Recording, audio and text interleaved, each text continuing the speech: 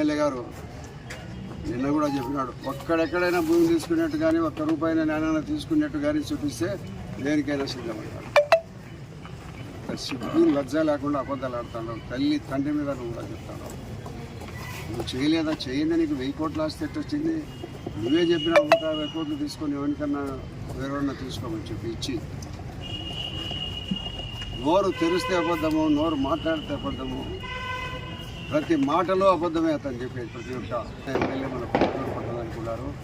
ఇటువంటి జగన్మోహన్ రెడ్డి దోపిడీ చేసి, రాష్ట్ర ప్రభుత్వాన్ని దోపిడీ చేసి లూటీ కొట్టి అప్పుల పాలు చేసిన జగన్మోహన్ రెడ్డి మనకు అవసరమా? ఇటువంటి దుర్మార్గమైన రాష్ట్రంలో కిషన్ రెడ్డి మనకు ఎమ్మెల్యే అవసరమని ప్రజలు ఆలోచించాల్సిన సమయం ఆసన్నమైంది. ఎన్నికలు 17వ తేదీ కాగాలి. ఈ ప్రభుత్వం మళ్ళా ఒకసారి వస్తే మనకు పుట్టుగతులు ఉండవు. గ్రామాలు వదిలిపెట్టి పోవాలి, వేరే రాష్ట్రాలకు, తెలంగాణకు చేరుకోవాల్సినంత పరిస్థితి ఉండే పరిస్థితి. కాబట్టి ప్రజలందరూ ఆలోచించండి. సమయం దండిగా ఉంది. 50 రోజులు దగ్గర ఎన్నికలకు సమయం ఉంది. 45 రోజుల సమయం. ఈ సమయంలో అంతా ఆలోచించి ఎవరికి ఓటు వేయాలా, ఎవరికి ఓటు వేస్తే మనకు రక్షణ ఉంటుంది, మాన ప్రాణాలకు ఎటువంటి ఇబ్బంది ఉండదు అనే పరిస్థితుల్లో ఎవరికి